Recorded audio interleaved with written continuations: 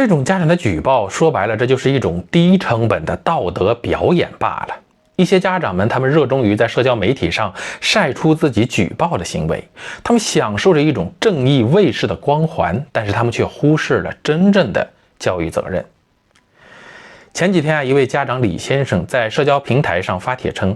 网易旗下的一款游戏《第五人格》存在有不雅音效，他质疑这款游戏涉嫌性暗示。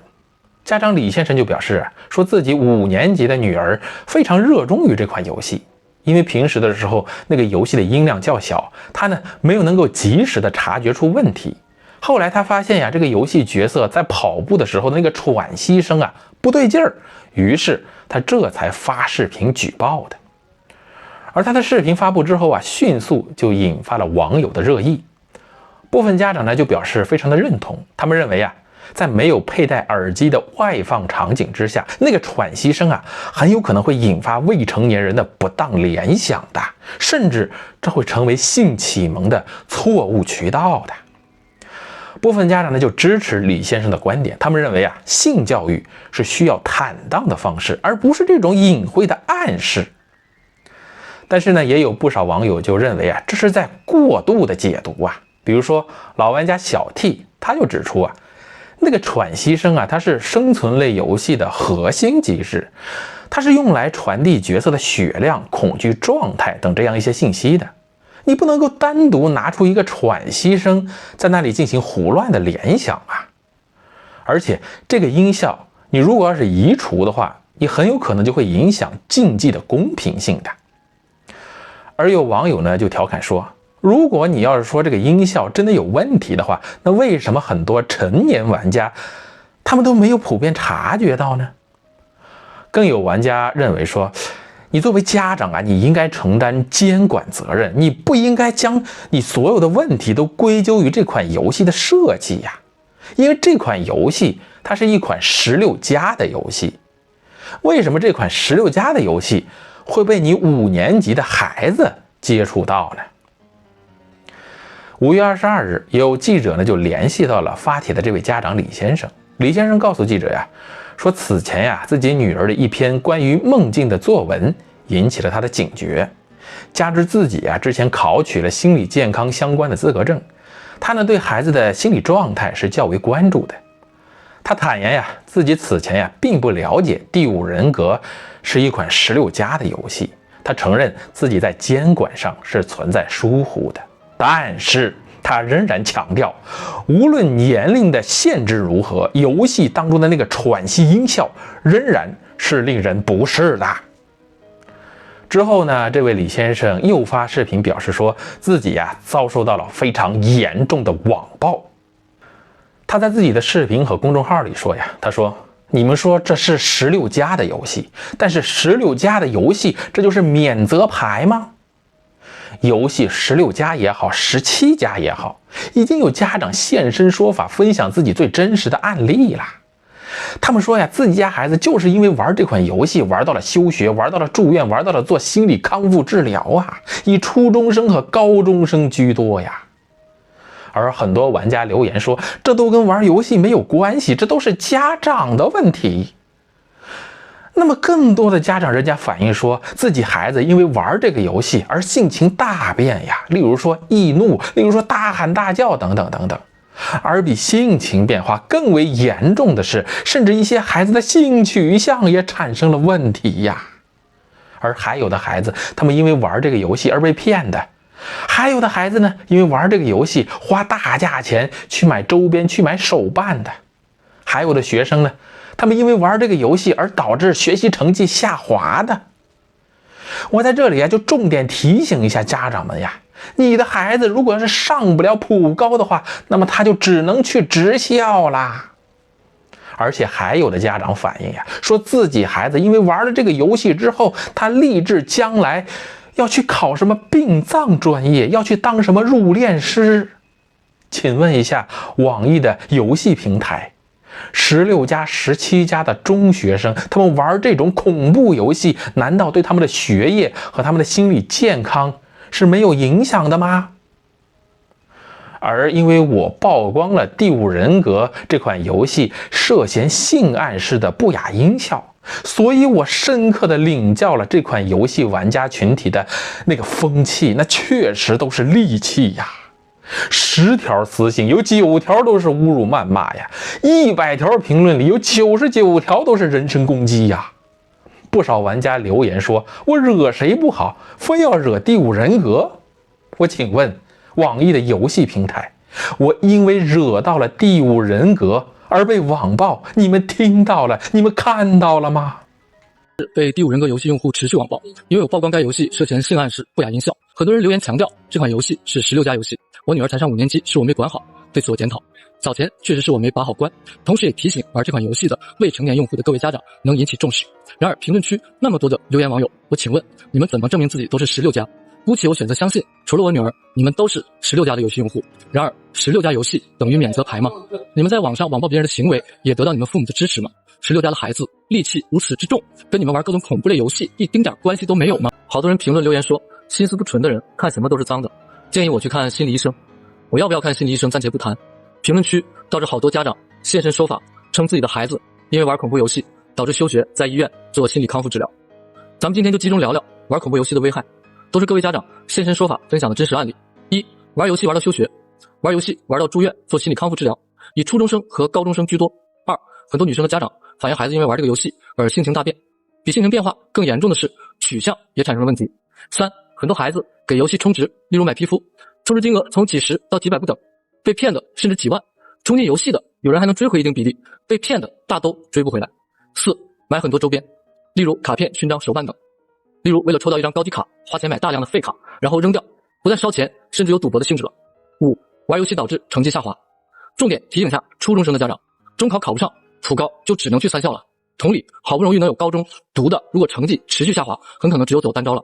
6. 多位家长反映自己孩子因为玩了这个游戏，立志以后要考殡葬专业，从事入殓师的职业。3. 游戏16+也好，17+也好，有家长现身说法分享真实的案例，说孩子玩这款游戏玩到休学，玩到住院做心理康复治疗，以初中生和高中生居多。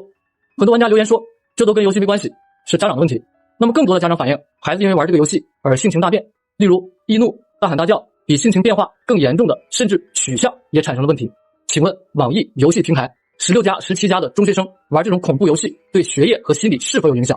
因为我曝光第5游戏涉嫌性暗示、不雅音效，所以我深刻领教到了这款游戏玩家群体的风气，确切说是戾气。10条私信有9条是侮辱谩骂，100条评论有99条是人身攻击。不少玩家留言说，我惹谁不好，非要惹第五人格。请问网易游戏平台，我因为惹到了第五人格而被网暴，你们听到看到了吗？这位李先生他声称自己遭受到了网暴，但是他并没有具体且真诚的去反思自己作为一个家长，却让自己5年级的孩子去玩16+游戏的监管疏忽的责任，而是他迅速就滑向了对游戏玩家群体的整体污名化。他说他深刻领教了这款游戏玩家群体的风气，那都是戾气十足啊。这本来是大众正当的对于莫须有指控的反感和对游戏被污名化之后的捍卫，结果呢，这却被这位李先生偷换概念成了是大家对他个人的迫害。他把自己从一个诬告者打扮成了一个受害者，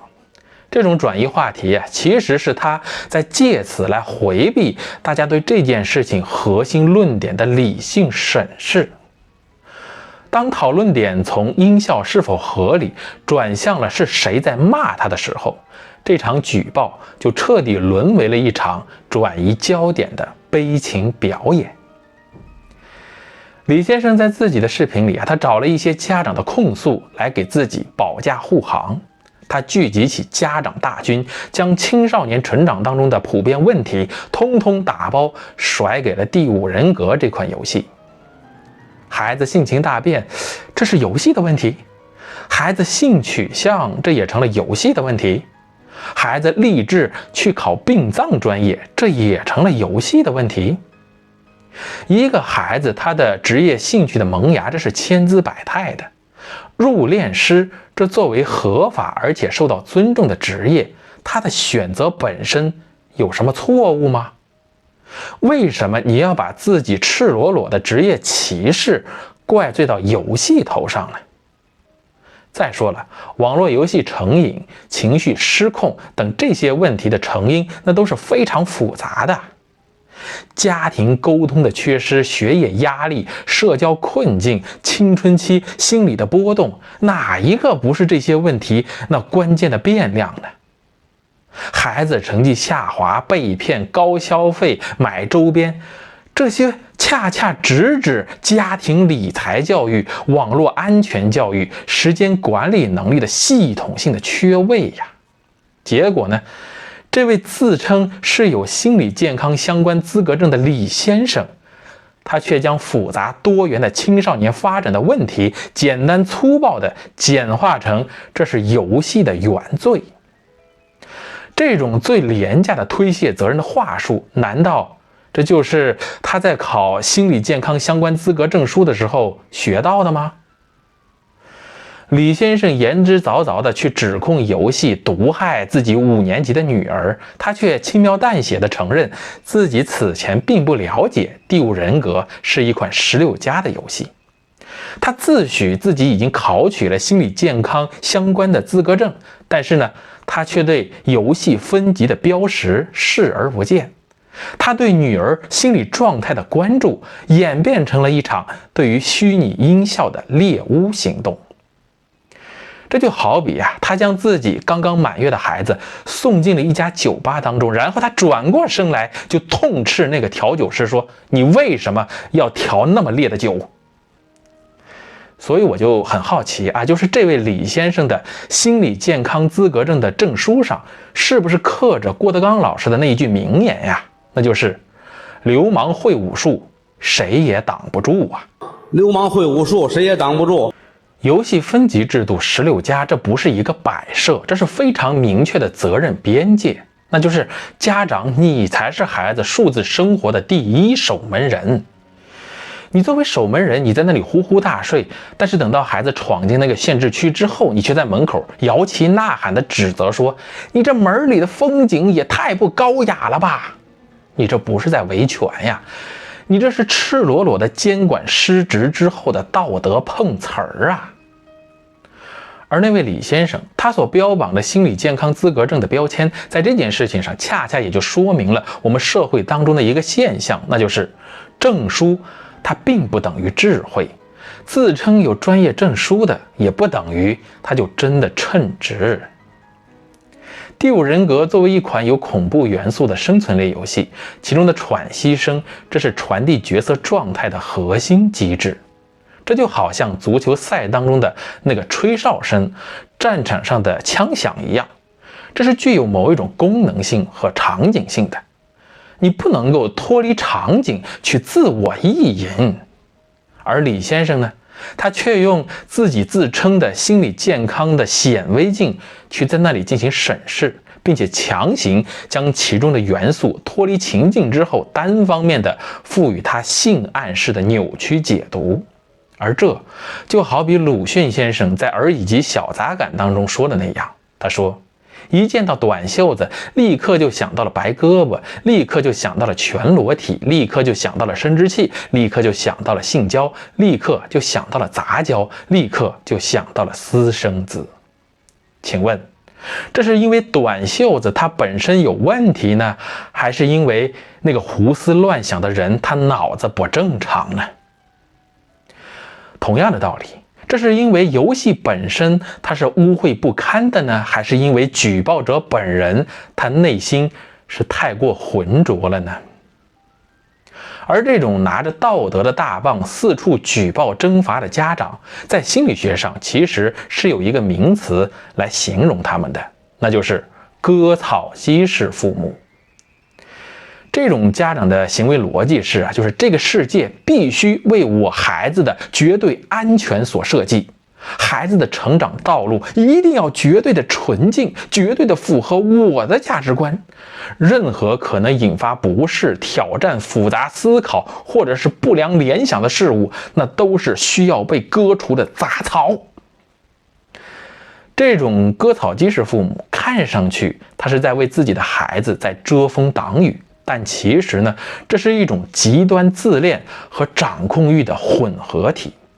这种家长啊，他将自己对世界的恐惧、焦虑、认知局限和对失控的零容忍，强行的投射成了孩子们的需求。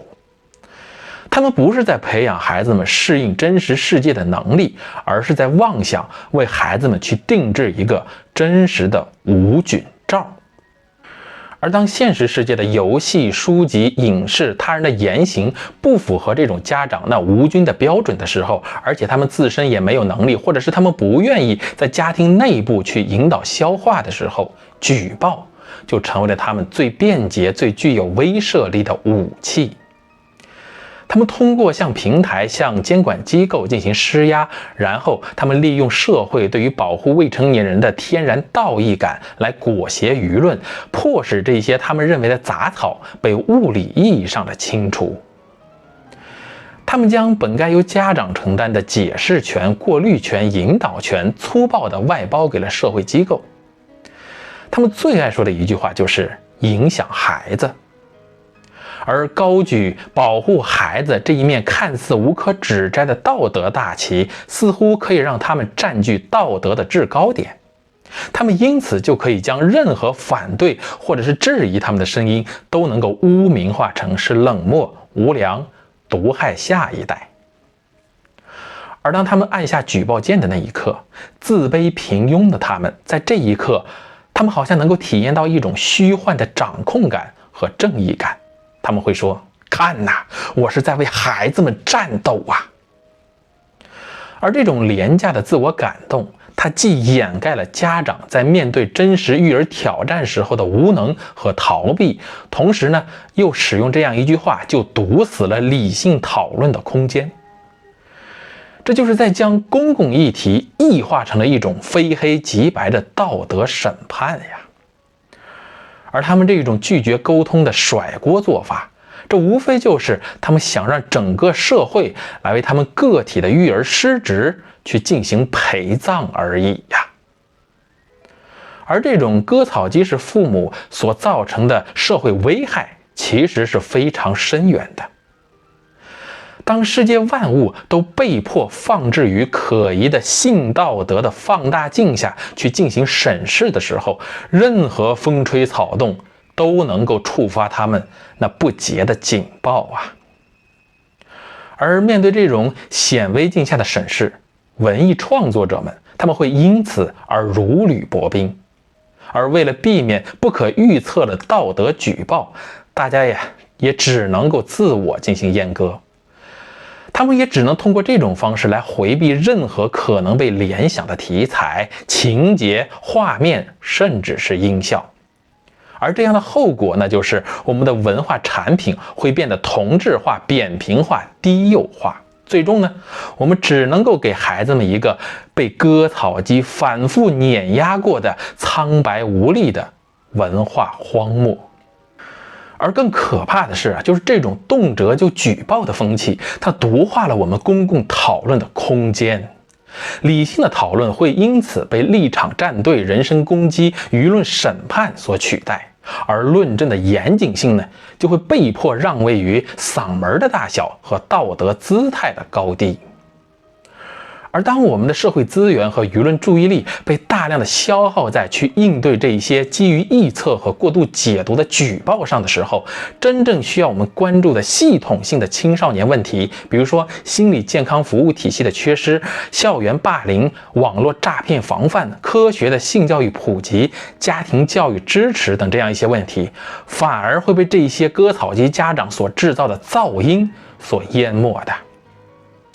而这种割草机式父母，他们以为自己那举报式育儿是在为了自己家孩子好，但其实呢，他们正在制造更脆弱、更危险的下一代，而同时他们也在亲手破坏自己的亲子关系。因为孩子他从来没有在安全受控的家庭环境当中去学习如何理解、分析、批判，去应对复杂甚至是不适的信息。所以当他们终将步入真实的世界，去走进大学，去走向社会，去面对远超游戏音效的复杂冲击的时候，他们将毫无精神免疫力，他们更容易被迷惑、被伤害，或者是走向另一个极端，那就是彻底的反叛和报复。而更重要的是，这种孩子他们因为长期的去接受父母持续给他灌输传递的信息，那就是外界很危险，你很脆弱，你需要我和我举报的那些机构来保护你。而这种潜移默化的影响是极容易就内化成孩子的自我认知的。孩子们会认为我是非常脆弱的，我是非常容易就受伤害的，我的问题那都是外界所造成的。而这种从小就培养起来的受害者心态，这是独立人格和责任担当的最大敌人。而这些割草机式父母，他们也不敢相信吧，就是正是因为他们自己的这种举报式育儿，给他们自己埋下了亲子不和的种子。因为当父母将精力用于对外战斗，而不是向内去建构亲子沟通的时候，随着孩子的不断成长，孩子必然会在某一天就感知到自己的父母对自己所喜爱的那些东西是充满了敌意和不理解的，而那个时候隔阂和叛逆必然就会爆发。而随着孩子的不断长大，可能任何一根微小的导火索就会炸毁那割草机式父母多年来苦心经营的那个和平的假象。而那位李先生也许他忘了，就是当他陪着自己女儿骑车跑步的时候，他所听到的自己孩子的那个喘息声和游戏当中的那些声音其实是没有什么不同的。而他也应该知道，就是这种声音它是一个孩子生命力的奔涌，而不是对他龌龊的暗示。举报游戏音效这样的闹剧，这不是一场正义的家长维权，而是一出荒诞的甩锅大戏、道德表演。这种割草机式父母在对大众表演自己有多么的嫉恶如仇，幻想自己在为孩子们扫清一切杂草的时候，殊不知啊，他们自己正在亲手在孩子的心灵沃土上播下了最顽固的毒草，那就是偏执、懒惰、脆弱和仇恨。他们挥舞的举报大刀，他们砍向的不是什么真正的危害，而是他们自己不敢面对的教育责任和无法理解的多元世界。那举报的刀刃上所沾满的是孩子们被阉割的思辨力，是社会被撕裂的理性，是文化被腰斩的创造力呀。